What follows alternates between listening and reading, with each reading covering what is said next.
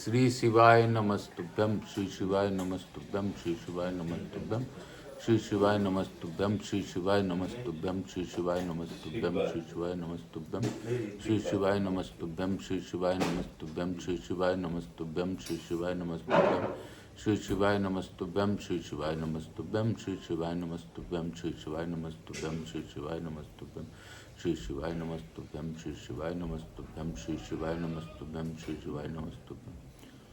मैं अपने भोलेनाथ का स्मरण करते हुए प्रथम पूज्य देव गणपति गणेश जी महाराज का आह्वान करता हूँ तथा उनका प्रथम पूजता करते हुए उनसे अनुरोध करता हूँ कि आप इस कथा स्थल पर पधार कर आवाहित समस्त देवी देवताओं को आने का मार्ग दें। हमारी बातें उन तक पहुँचाकर हमें आशीर्वाद दिलवाने में का कष्ट प्रदान करें। हे गणेश जी महाराज, आप विघ्नहर्ता हैं। आप सभी प्रकार के विघ्नों के हरण करते हैं, बुद्धि के दाता हैं। आप बुद्धि देते हैं और बुद्धिमान बनाते हैं। आप नवनिधि के दाता हैं, नवनिधि प्रदान करते हैं। हे गणेश जी महाराज, प्रसन्न रहकर अपनी अखंड कृपा बनाए रखिए। मैं यहाँ के स्थान देवता, वास्तु देवता, ग्राम देवता, इस रामायण क्षेत्र के देवता, समस्त देवी देवताओं से अनुरोध करता हूँ, इस कथा स्थल पर पधार कर आप इस कथा का श्रवण कर हमें कृतार्थ कीजिए। मैं अपने मैया भोलेनाथ, मैया पार्वती से अनुरोध करता हूँ कि आप शिव परिवार के साथ इस कथा में पधार कर कथा का श्रवण कर हमें कृतार्थ कीजिए, आशीर्वाद दीजिए। और गौर बिंदोरा का आसन उमा शंकर नारायणी रूप में जिस प्रकार आप कर रहे हैं, इस कथा का संचालन करते हुए आप सभी प्रकार के कष्टों का हरण करते हुए स्कंद कुमार स्कंददेव से अनुरोध करता हूँ। मैं अपनी कुलदेवी के सरस्वती माता तथा अपने श्रोताओं के कुलदेवता कुलदेवी का आह्वान करता हूँ। मैं अपने पितरदेव पितरानी जी और अपने श्रोताओं के पितरदेव पितरानी का भी आह्वान करता हूँ। मैं आकाश राजगढ़िया बंसल गोत उत्पन्न हूँ, उमा शंकर नारायण देवी राजगढ़िया का पुत्र। सांवरिया बाबा मेरे गुरुदेव को वंदन करते हुए गुरु आज्ञा लेकर आज कथा प्रारंभ करूँगा। गुरु नहीं तो ईश्वर नहीं, ईश्वर हैं तो गुरु हैं। गुरु ने ही सच्चा मार्ग दिखाया है, तभी ईश्वर की प्राप्ति संभव है। मैं अपने गुरु को वंदन करते हुए पंडित प्रदीप जी मिश्रा को बारंबार धन्यवाद देते हुए आज की कथा प्रारंभ करता हूँ। मैं गुरु आज्ञा लेकर यही कहूँगा, गुरुदेव आप ही आज्ञा दें और इस कथा मुझसे जैसा आपको अपेक्षा है वैसा कथा सुन लें और सुनवा लें। काल हर दुख हर दारिद हर कष्ट हर हर महादेव। कल हम लोगों ने अभूतपूर्व कथा पढ़ी थी। कल हम लोगों ने जाना था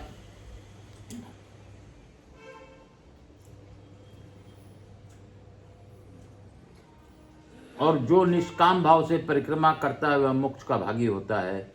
इसलिए बुद्धिमान पुरुषों को चाहिए कि वह सब कार्य छोड़कर प्रयत्नपूर्वक रक्त सिंह पर्वत के समीप की भूमि का सेवन करें।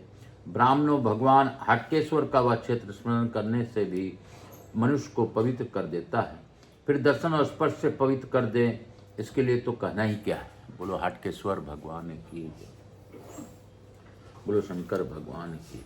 सूर्य जी कहते हैं विप्रवरो, उस क्षेत्र की लंबाई चौड़ाई 5 कोस की है। उसके पूर्व में गया शीर्ष, पश्चिम में नरसिंह जी का स्थान और दक्षिण तथा उत्तर में गोकर्णेश्वर शिव है। पहले वह हटकेश्वर क्षेत्र कहलाता था। आगे चलकर वही संसार में सर्वपातक नाशक उत्तम तीर्थ के रूप में विख्यात हुआ। राजा चमत्कार ने जब से वह स्थान ब्राह्मणों को दे दिया, तभी से उन्हीं के नाम से उसकी प्रसिद्धि हुई। लोग उसे चमत्कारपुर कहते हैं ने लगे।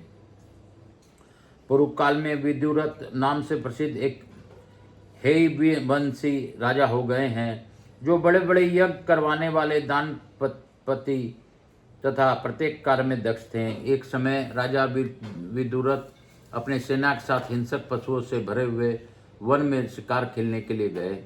वहाँ उन्होंने सर्पों के समान विषैले बाणों से कितने ही चीता, सांबर तथा व्याध और सिंह आदि पशुओं को मारा। उन वन जंतुओं में से एक पशु उनके बाण से घायल होकर भी धरती पर नहीं गिरा। बाण लिए जोर से भागा। राजा ने भी कौतूहलवश उसके पीछे अपना घोड़ा दौड़ाया। इस प्रकार वे अपने सेना को छोड़कर दूसरे घोर वन में जा पहुंचे, जो मन में भय उत्पन्न करने वाला था। उसके प्राय कांटेदार वृक्ष भरे हुए थे। वहाँ की सारी भूमि रूखी, पथरीली तथा जल से हीन थी। उस वन में जाकर राजा विदुरथ भूख और प्यास से व्याकुल हो गए और उस दुर्गम वन का अंत ढूंढते हुए अपने घोड़ों को क्योड़े से पीट पीट कर हाँकने लगे। घोड़ा हवा से बातें करने लगा और उसके राजा को जब सब जंतुओं से रहित दूरस्थ दुर्गम मार्ग में पहुंचा दिया। अंत में वह अशुभी भूमि पर गिर पड़ा। तदंतर भूख प्यास से व्याकुल राजा उस वन के भीतर पैदल ही चलने लगे और एक जगह लड़खड़ा कर गिर पड़े। इतने में ही उन्होंने आकाश में अत्यंत भयंकर 3 प्रेत देखे। उन्हें देखकर वह भय से थर्रा उठे और जीवन में निराश होकर बड़े क्लेश से बोले, तुम लोग कौन है? मैं भूख प्यास से पीड़ित राजा विदुरथ हूँ। शिकार के पीछे जीव जंतुओं से रहित इस वन में आ पहुंचा हूँ। तब उन तीनों प्रेतों में जो सबसे ज्येष्ठ था उसने विनय पूर्वक हाथ जोड़कर कहा, महाराज, हम तीनों प्रेत हैं और इसी वन में रहते हैं। अपने कर्म जनित दोष से हम लोग महान दुख उठा रहे हैं। मेरा नाम मासंद है, यह दूसरा मेरा साथी विद्वत है और तीसरा कृत धन है, जो हम सबके बढ़कर परमात्मा पापात्मा है। हमें जिस जिस कर्म के द्वारा यहाँ एक ही साथ प्रेत योनि की प्राप्ति हुई है वह सुनो। राजन, हम तीनों वेदेशपुर में राजा में देवरात नामक महात्मा ब्राह्मण के घर में उत्पन्न हुए थे। हमने नास्तिक होकर धर्म मर्यादा का उल्लंघन किया और हम लोग सदा पराई स्त्रियों को मुंह में फंसे रहे। मैंने जिह्वा को लोलुपता के कारण सदा मांसी भोजन किया है, अतः मुझे अपने कर्म के अनुसार मासान नाम प्राप्त हुआ है। महाराज, यह दूसरा जो तुम्हारे सामने खड़ा है, इसने देवताओं का पूजन किए बिना ही सदा अन्न ग्रहण किया है। इसी कर्म में फल से उसे प्रेत योनि में आना पड़ा है और देवताओं के विपरीत चलने के कारण इसका नाम वेदवत हुआ है। और जिस पापी ने सदा दूसरों के साथ कृतधनता विश्वासघात किया है वही अपने कर्म के अनुसार कृतधन कहलाता है। राजा ने पूछा, इस मनुष्यलोक में सब प्राणी आहार से ही जीवन धारण करते हैं, यहाँ तुम लोगों का कौन सा आहार प्राप्त होता है, सो मुझे बताओ। मासंद बोला, जिस घर में भोजन के समय स्त्रियों में युद्ध होता है वहाँ प्रेत भोजन करते हैं। राजन, जहाँ बलि वैश्व देव किए बिना और भोजन में से पहले आग्रासन गोग्रास आदि दिए बिना भोजन किया जाता है, उस घर में भी प्रेत भोजन करते हैं। जिस घर में कभी झाड़ू नहीं लगता, जो कभी गोबर आदि से लिपा नहीं जाता, तथा जहाँ मांगलिक कार्य और अतिथि आदि के सत्कार नहीं होते, इसमें भी प्रेत भोजन करते हैं। जिस घर में फूटे बर्तन का त्याग नहीं किया जाता तथा वेद मंत्रों की ध्वनि नहीं होती, वहाँ प्रेत आहार करते हैं। जो श्राद्ध दक्षिणा से रहित और शास्त्रोक्त विधि से हीन होता है तथा जिस पर रजस्वला स्त्री की दृष्टि पड़ जाती है, वह श्राद्ध एवं भोजन हमारे अधिकार में आ जाता है। जो अन्न, केश, मूत्र, हड्डी और कफ आदि से संयुक्त हो गया है और जिसे हीन जाति के मनुष्यों ने छीन लिया है, उस पर भी हमारे अधिकार हो जाता है। जो मनुष्य असहिष्णु, चुगली खाने वाला, दूसरों का कष्ट देखकर प्रसन्न होने वाला, कृतधन तथा गुरु की सैया पर सोने वाला है और जो वेदों एवं ब्राह्मणों की निंदा करता है, ब्राह्मण कुल में पैदा होकर मांस खाता है और सदा प्राणियों की हिंसा करता है, वह प्रेत होता है। जो प्राय स्त्री में आसक्त, दूसरे का धन हड़प कर लेने वाला तथा प्राय निंदा से संतुष्ट होने वाला और जो धन की इच्छा से नीच एवं वृद्ध पुरुष के साथ अपनी कन्या का ब्याह कर देता है, वह प्रेत होता है। जो मनुष्य उत्तम कुल में उत्पन्न, विनयशील और दोष रहित धर्मपत्नी का त्याग करता है, जो देवता, स्त्री और गुरु का धन लेकर उसे लौटा नहीं देता है, तथा जो ब्राह्मणों के लिए धन का दान होता देख उसमें भी गिन डालता है, वह प्रेत होता है। राजा ने पूछा, मासंद, अब यह बताओ कि कौन सा कर्म करने से मनुष्य प्रेत नहीं होता है। मासंद बोला, जो प्राय स्त्रियों को माता के समान, दूसरों को धन की मिट्टी के ढेले के समान तथा सब प्राणियों को अपना समान देखता है, वह प्रेत नहीं होता। जो सदा अन्न दान में तत्पर, विशेषतः अतिथि सत्कार में प्रेम रखने वाला, स्वाध्यायशील और व्रत परायण होता है, वह प्रेत नहीं होता। जो शत्रु और मित्र में संभाव रखने वाला और मान तथा अपमान से भी समता का त्याग न करने वाला, वह प्रेत नहीं होता। जो धर्म में लगे हुए तथा धर्म मार्ग पर चलने वाले मनुष्यों का उत्साह बढ़ाता है, वह भी प्रेत नहीं होता। जो सदा यज्ञ कर्म में तत्पर, सदैव यात्रा परायण तथा सर्वदा शास्त्र श्रवण करने वाला है वह मनुष्य प्रेत नहीं होता।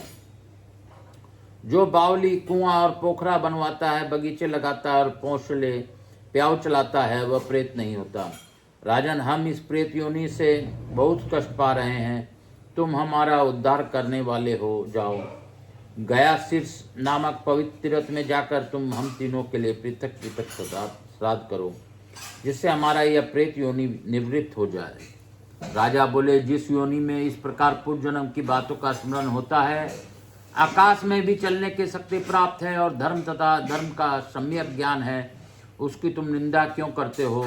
मासान ने कहा, राजन, यह प्रेत योनि अधर्म देव योनि कहलाता है। इसमें केवल 3 ही गुण है, पूर्व जन्म का स्मरण, आकाश गमन की शक्ति तथा धर्म और अधर्म का निश्चय। इसके सिवा इसमें सब दोष ही दोष भरे हैं। यदि हम लोग इस वन की सीमा से बाहर जाते हैं तो हमारे ऊपर बिना देखे हुए मुदगरों को मार पड़ती है। इसके सिवा समस्त धार्मिक क्रियाओं को अनुष्ठान केवल मनुष्यों के लिए विहित है, प्रेत योनि अथवा देव योनि के में गए हुए जीवों के लिए नहीं।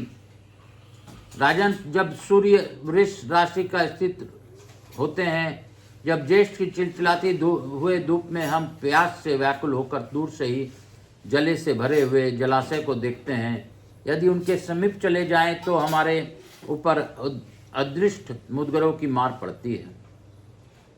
इसी प्रकार हम दूर से देखते हैं, गृहस्थों के घर में नाना प्रकार की रसोई तैयार करके रखी हुई है। हम भूख से व्याकुल रहते हैं, किंतु उस रसोई को ले जा नहीं सकते। अच्छे फल वाले वृक्षों को हम देखते हैं, किंतु उन्हें सेवन का अवसर नहीं पाते।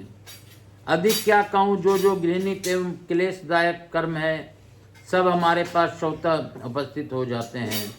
बिना किसी दोष के हमारे प्राण यात्रा नहीं चलती। जल, छाया, अन्न और सवारी, ये सब हमारे लिए नहीं है। इसलिए प्रदोष काल आने पर हम सदा छिद्र ढूंढते हुए घूमते रहते हैं। हमारा आकाश गमन की शक्ति की बात जो तुमने कही है वह भी व्यर्थ है।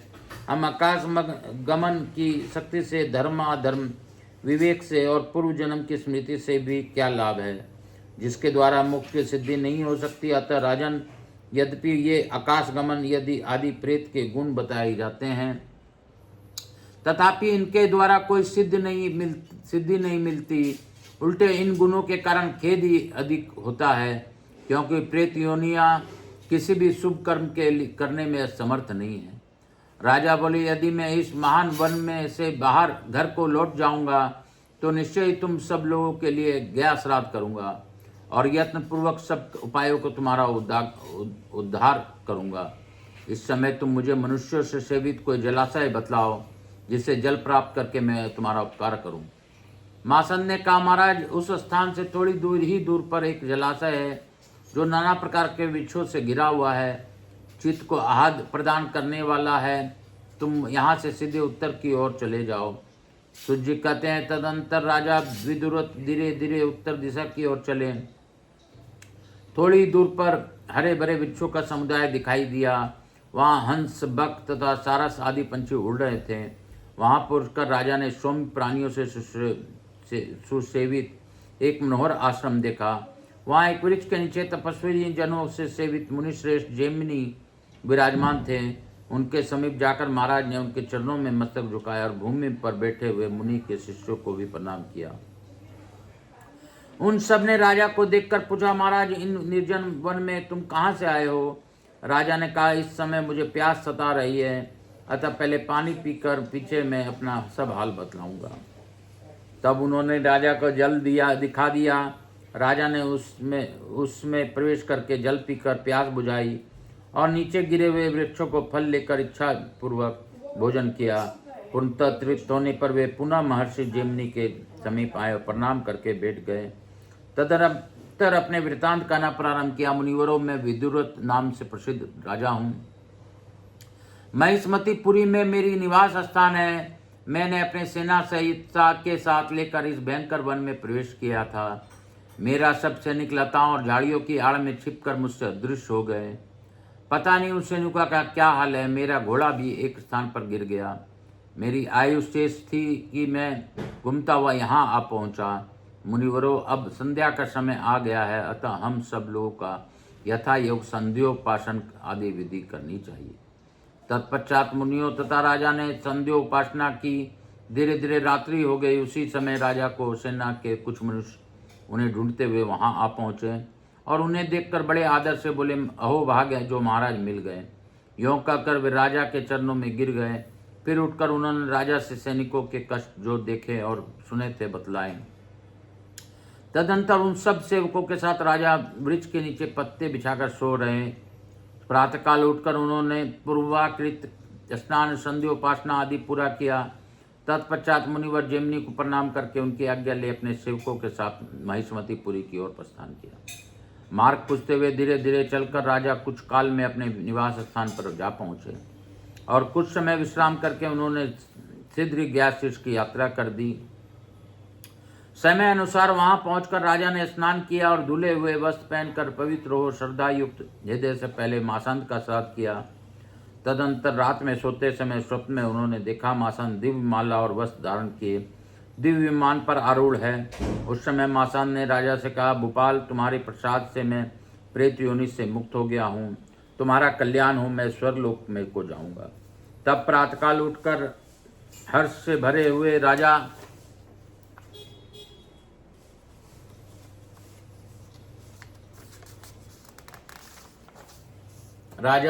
विदुर ने वेदवत के लिए यथा योग श्राद्ध किया। फिर वह भी उसी प्रकार राजा के स्वप्न में दिखाई दिया। मासांत की भी भांति कृतज्ञता प्रकट करके स्वर्गलोक में चला गया।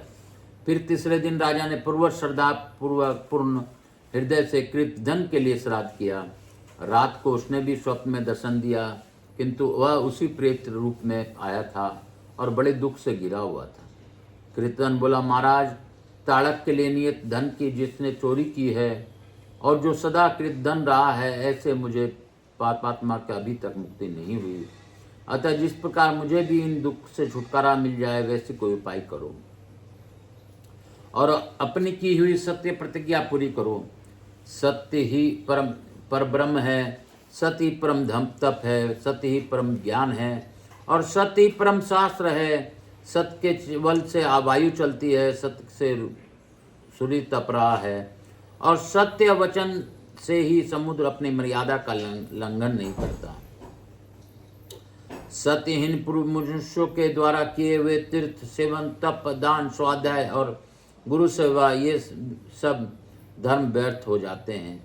एक समय देवताओं ने को तुलवश अपने तुला पर एक और तो दूसरे संपूर्ण धर्मों को रखा और दूसरी ओर केवल सत्य को, परंतु सत्य का पलड़ा भारी रहा। इसलिए महामते तुम भी सत्य को ही आगे रखकर मेरा उद्धार करो। यह पुण्य तुम्हारे लिए तपस्या से भी बढ़कर कल्याण का साधक होगा। राजा विदुरथ ने पूछा, प्रेत तुम्हारी मुक्ति किस उपाय से हो सकती है, सिद्ध बताओ।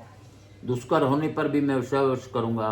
प्रेत ने कहा, राजन चमत्कारपुर में जो हाटकेश्वर क्षेत्र है वही कलयुग में से डरा हुआ गयाशीर्ष तीर्थ पलक्ष पाकड़ नामक वृक्ष के नीचे धूल में छिपा हुआ है। उसके चारों ओर सामयोजित साग कुसा और जंगली तिल के पौधे हैं।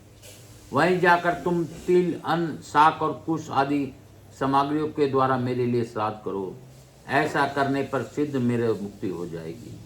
प्रेत की यह बात सुनकर दयालु राजा वहां गए और उसके बताए अनुसार उन्होंने सब कुछ किया। पहले जल के लिए वहां एक छोटा सा कुआं खोदा, फिर वेदों के प्रांगत श्रेष्ठ ब्राह्मणों को बुलाकर कृत धन के उद्देश्य से शास्त्रोक्त विधि के अनुसार श्राद्ध किया। उस श्राद्ध के पुण्य होते कृतधन दिव्य रूपधारी पुरुष होकर श्रेष्ठ विमान पर आरूढ़ हुआ और विदुर से बोला, प्रभु तुम्हारे प्रसाद से मैं इस भयंकर प्रेत शरीर से मुक्त हो गया।